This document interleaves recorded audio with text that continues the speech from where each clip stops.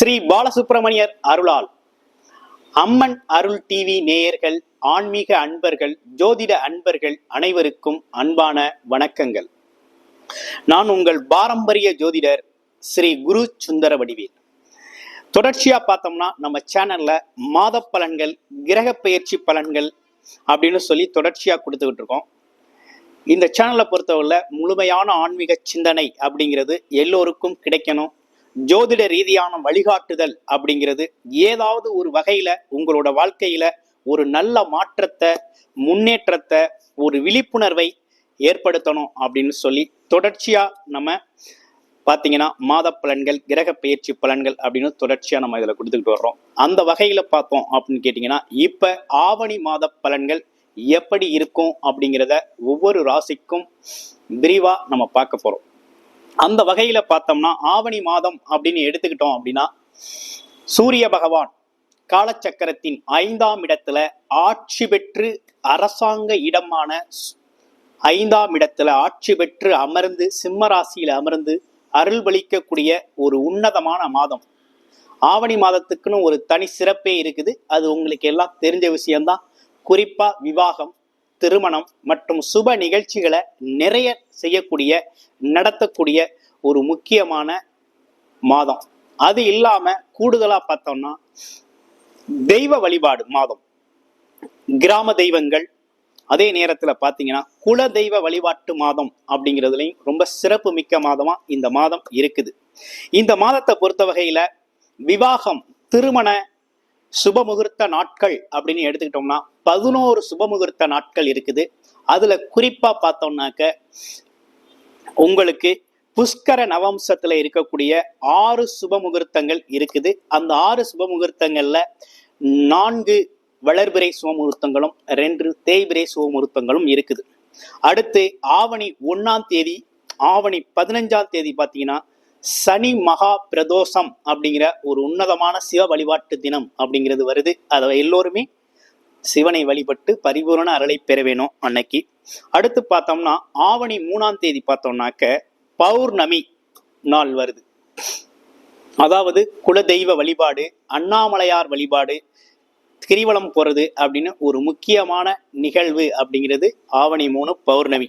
அடுத்து ஆவணி 4ஆம் தேதி பார்த்தீங்கன்னா காயத்ரி ஜபம் செய்யறது அப்படிங்கிறது. அடுத்து ஆவணி 6ஆம் தேதி வாஸ்து பூஜை, வீடு கட்டுறதுக்கான முதல் படியை எடுத்து வைக்கிறது. இடத்தை குறிப்பிட்டு அந்த வீட்டுக்கான வாஸ்து பூஜை செய்யறது அப்படிங்கிற ஒரு நிகழ்வு சிறப்பா இருக்கு. அடுத்து ஆவணி 17 அமாவாசை தினம் பித்ருக்கள் வழிபாடு மூலமாக, குலதெய்வத்தை வழிபடுவது மூலமாக பரிபூரண அருளை பெறக்கூடிய ஒரு நல்ல நாள் அப்படின்னு சொல்லணும். அடுத்து பார்த்தோம்னா ஆவணி 22 விநாயகர் சதுர்த்தி அப்படிங்கிற ஒரு விநாயகர் சதுர்த்தி திருவிழா அப்படிங்கிற ஒரு விஷயம் வருது.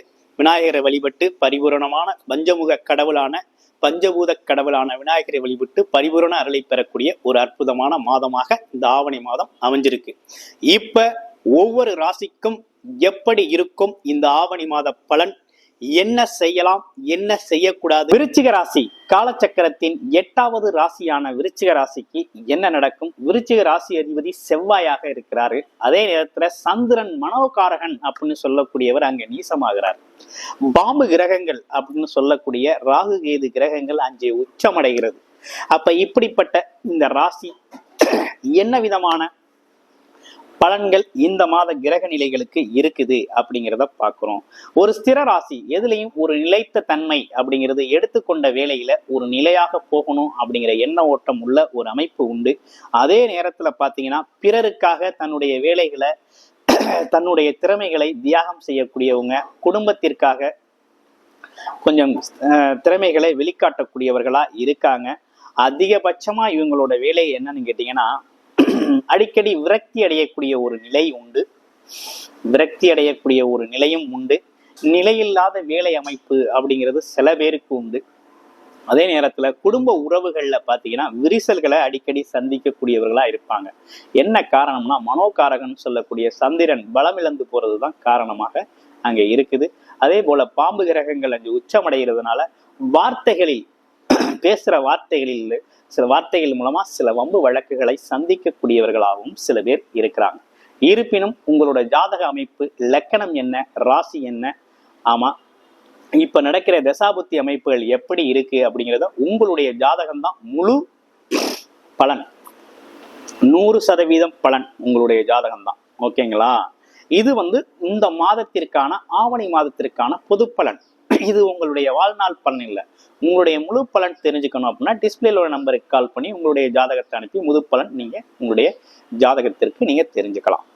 அது மட்டும் இல்லாம இப்ப இந்த விருச்சிக ராசியை பொறுத்த வகையில விசாகம், அனுசம், கேட்டை அப்படிங்கிற 3 நட்சத்திரங்கள் அங்கே பயணம் பண்ணுது.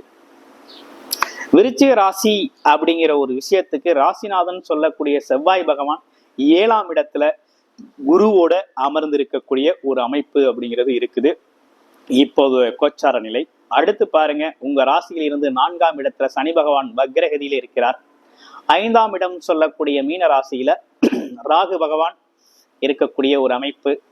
அடுத்து உங்களுடைய ராசியிலிருந்து பார்த்தோம்னாக்க உங்களுடைய ராசியிலிருந்து 10ஆம் இடத்துல 10ஆம் அதிபதியாக இருக்கக்கூடிய சூரியன் உச்சம் ஆட்சி பெற்று சுக்கிரன் புதன் இருக்கக்கூடிய ஒரு அமைப்பு அப்படிங்கிறது இருக்குது. 11ஆம் இடத்துல கேது.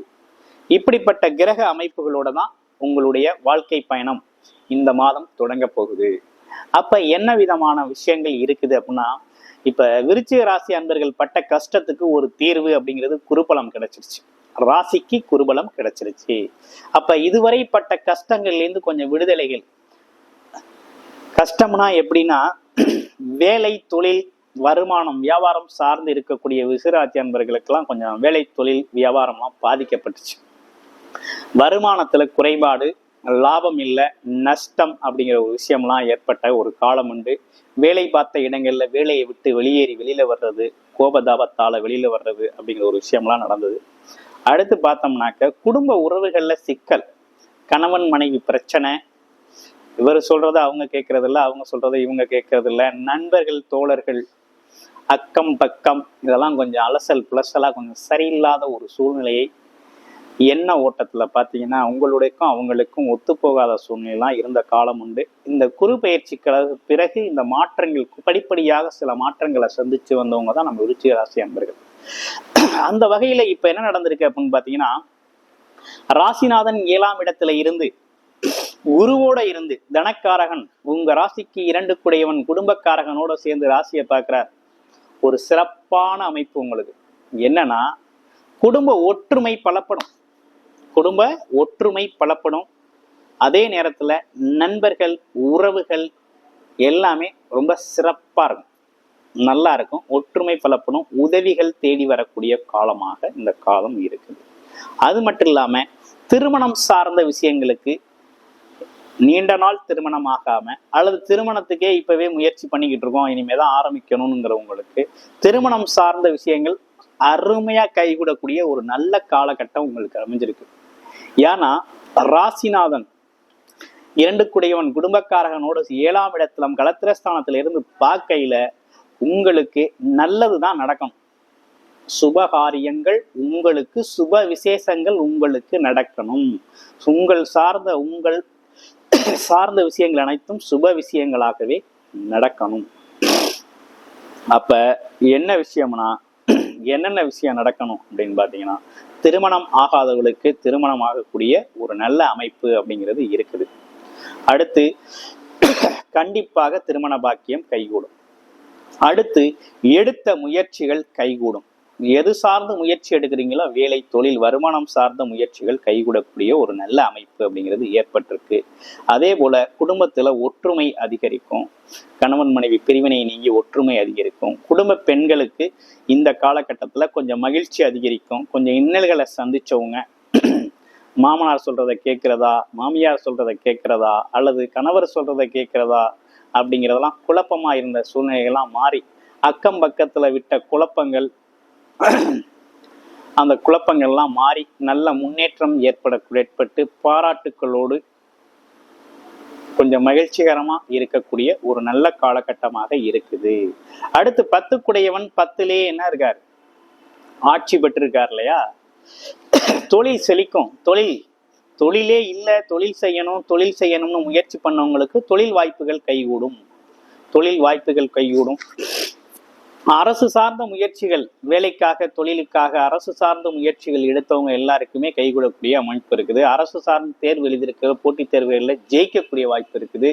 ஆமா, அதனால அரசு வேலை கிடைக்கக்கூடிய வாய்ப்பு, நிறைய பேருக்கு அரசாங்க வேலை கிடைக்கக்கூடிய அமைப்பு அப்படிங்கிறது விருச்சிக ராசி அன்பர்களுக்கு இருக்கு. உங்களுடைய சொந்த ஜாதகத்துல சூரியன் நல்லா இருக்காரு அப்படின்னா கண்டிப்பா அந்த காலகட்டத்துல வேலை கிடைக்கும்.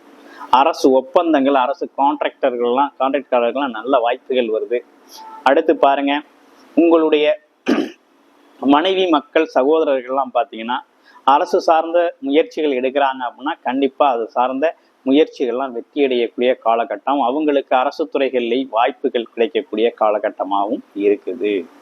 அப்ப இந்த காலகட்டம் அப்படிங்கிறது அதே போல அரசு துறையிலே வேலை பார்க்குறவங்களுக்கு இடமாற்றம், பதவி மாற்றம், ப்ரமோஷன் அப்படிங்கிற விஷயம்லாம் நடக்கக்கூடிய காலகட்டமாக இந்த காலகட்டம் உங்களுக்கு இருக்குது. ஆக மொத்தத்துல இந்த காலகட்டம் அப்படிங்கிறது ஒரு நல்ல காலகட்டம் தான், உங்களுக்கு அதிர்ஷ்டம் தரக்கூடிய ஒரு நல்ல காலகட்டமாகத்தான் இது அமைஞ்சிருக்கு. குரு பார்வையோடு அமைஞ்சிருக்கு. உங்களுக்கு கிட்டத்தட்ட வேலை, தொழில், வருமானம், குடும்ப அமைப்புகள், அடுத்து பார்த்தீங்கன்னா உறவு நிலைகள் எல்லாமே நல்லா இருக்கு. குழந்தைகளுக்கு கல்வி, குழந்தைகளோட ஆரோக்கியம் இதெல்லாம் நல்லா இருக்கு. எந்த விஷயம் நல்லா இல்லை அப்படிங்கிறத பார்க்கையில 4ஆம் இடம் சொல்லக்கூடிய சனி பகவான் அர்த்தாஷ்டம சனி பாதிப்பை கொடுக்குறாரு. இது என்ன நடக்குதுன்னா, இடம், வீடு, வண்டி, வாகனம் சார்ந்த விஷயங்கள்ல கொஞ்சம் கவனம் எடுத்துக்கணும். அதுவும் டாக்குமெண்டேஷன் ஒர்க்ல கொஞ்சம் கவனம் எடுத்துக்கணும். நீண்ட தூர பயணங்கள், சிறு சிறு பயணங்கள் மூலமா அலைச்சல் கிடக்கக்கூடிய ஒரு அமைப்பு அப்படிங்கிறது மட்டும்தான் இருக்குது. இதுல மட்டும் கொஞ்சம் கூடுதல் கவனம் அப்படிங்கிறது தேவைப்படுது. உங்களுக்கு என்ன விதமான வழிபாடு நல்லா இருக்கும் அப்படின்னு பார்த்தோம்னா, ஆஞ்சநேயர் வழிபாடு அப்படிங்கிறது சனிக்கிழமை தொடர்ச்சியாக செய்யறதும், அதே நேரத்துல பாத்தீங்கன்னாக்க வேற என்ன வழிபாடுகள் சிறப்பாக இருக்குது அப்படின்னு பார்த்தோம்னாக்க, செவ்வாய்க்கிழமைகள்ல ஸ்ரீ ஆறுமுக கடவுளான முருகப்பெருமான வழிபாடு செய்யறதும் மிகப்பெரிய முன்னேற்றத்தை தரும் அப்படிங்கிறது எந்த மாற்றமும் இல்லை. ஆவணி மாதம் உங்களுக்கான மாதம். திட்டமிட்டு செய்யக்கூடிய காரியங்கள் அனைத்தும் வெற்றி பெறக்கூடிய ஒரு அற்புதமான மாதமாக அமைஞ்சிருக்குது. உங்களுடைய ராசியில் இருக்கக்கூடிய நட்சத்திரங்களுக்கு என்னென்ன பலன்கள் அப்படிங்கிறத பார்த்துருவோம். விசாக நட்சத்திரம் எப்படி இருக்குது அப்படிங்கிறத பார்க்குறோம். விசாக நட்சத்திரத்தை பொறுத்த வகையில இந்த காலகட்டத்துல பாத்தீங்கன்னாக்க உங்களுடைய வருமானம், குடும்ப வருமானத்தை அதிகரிக்கக்கூடிய, குடும்பத்தின் மகிழ்ச்சி அதிகரிக்கக்கூடிய, குடும்பத்தின் தேவையை பூர்த்தி பண்ணக்கூடிய ஒரு நல்ல காலகட்டமாக அமைஞ்சிருக்கு.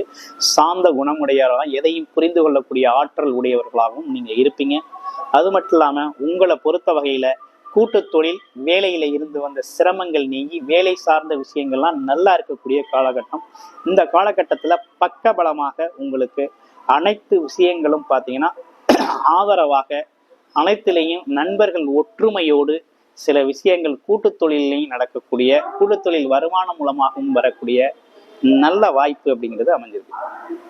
அடுத்து பாருங்க, அனுசம் நட்சத்திரத்துக்கு எப்படி இருக்கு அப்படின்னா, அனுசம் நட்சத்திரத்தை பொறுத்த வகையில பழைய வீடு, வண்டி, வாகனங்களை மாத்தி அமைச்சுக்கிறது அல்லது ஆல்ட்ரேஷன் பண்றது, இப்படிப்பட்ட வேலைகள்லாம் இந்த காலகட்டத்துல செஞ்சுக்கலாம். சிறு சிறு பயணங்கள் ஏற்படும், அதன் மூலமாக சிறு வருமானங்கள், நல்ல வருமானங்கள் கிடைக்கக்கூடிய ஒரு வாய்ப்பு அப்படிங்கிறது இருக்குது. ஆமா, அதே போல தந்தையார் உடல் நலத்துல ஒரு முன்னேற்றம் காண வேண்டிய காலகட்டமாகவும் இது அமைஞ்சிருக்குது. அடுத்து பார்த்தோம்னாக்க கேட்டை நட்சத்திரத்துக்கு எப்படி இருக்கு அப்படிங்கிறத பார்க்க போறோம். கேட்டை நட்சத்திரத்தை பொறுத்த வகையில திடீர் அதிர்ஷ்டம், திடீர் தொழில் வாய்ப்பு, வருமான வாய்ப்புகள் கிடைக்கக்கூடிய ஒரு நல்ல காலகட்டமாக இருக்குது. குறைந்தபட்சம் முதலீட்டு முறையில வரக்கூடிய வருமானங்கள், சேமிப்பும் அளவுக்கு வருமானம் வரக்கூடிய ஒரு காலகட்டமாகவும் இருக்குது. அதே வரையில தந்தை வழியில இருந்து வந்த சொத்துக்கள் கிடைக்கக்கூடிய, தாய் தந்தை வழியில இருந்து வந்த சொத்துக்கள், கோர்ட்டு கேசு வழக்குகள் அனைத்தும் தீர்வாகக்கூடிய ஒரு நல்ல காலகட்டமாகத்தான் இந்த காலகட்டம் உங்களுக்கு அமைஞ்சிருக்குது. கூடுமான வரையும் இந்த கமிஷன் தொழில்கள் அப்படிங்கிற ஒரு விஷயம் உங்களுக்கு இந்த காலகட்டத்துல ரொம்ப நல்லா இருக்கக்கூடிய ஒரு காலகட்டமாக இருக்குது. அப்ப தொழில் சார்ந்த விஷயங்கள் எல்லாமே நல்லா இருக்கக்கூடிய ஒரு அமைப்பு அப்படிங்கிறது இருக்குது. 11ஆம் அதிபதி 10ல இருக்கிறது அப்படிங்கிறது சில லாபத்தை போட்டு, பணத்தை போட்டு பணம் சம்பாதிக்கிற விஷயங்கள்லாம் கொஞ்சம் நல்லா இருக்கக்கூடிய ஒரு அமைப்பு தான் இருக்குது. கேது பகவான் 11ல இருக்குது, குரு பார்வை பார்க்கறது அப்படிங்கிறது தர்ம காரியங்களுக்கான செலவுகள் அப்படிங்கிறது இந்த காலகட்டத்துல நீங்க பண்ணியே ஆகணும். அப்படின்னா கோவில் சார்ந்த விஷயங்களுக்கு உங்களால முடிஞ்ச உதவிகளை செய்யணுங்கிற அமைப்பு அப்படிங்கிறது இந்த காலகட்டத்துக்கு நல்லா இருக்கு. செஞ்சா தர்மம் புண்ணியம் அப்படிங்கிற விஷயத்துல நீங்க பாத்தீங்கன்னா அதன் மூலமா ஒரு நல்ல ஆற்றல், உங்களுக்கு ஒரு பாசிட்டிவான ஒரு நல்ல எனர்ஜி அப்படிங்கிறதும், உங்களோட தொழில் வேலை முன்னேற்றம் அப்படிங்கிறதும், குடும்பத்தின் உயர்வு அப்படிங்கிறதும் ஏற்படக்கூடிய ஒரு நல்ல காலகட்டமாக அமைஞ்சிருக்குது. ஆமா, விருச்சிக ராசி அன்பர்களை பொறுத்த வகையில நிறைய ஜாதகங்களை நமக்கு அனுப்பி பார்த்திருக்கீங்க. அந்த வகையில பாத்தீங்கன்னாக்க அனைவருக்கும் நமது ஸ்ரீ பாலசுப்ரமணியர் அருளால் நன்றியும் வணக்கங்களும் வாழ்த்து.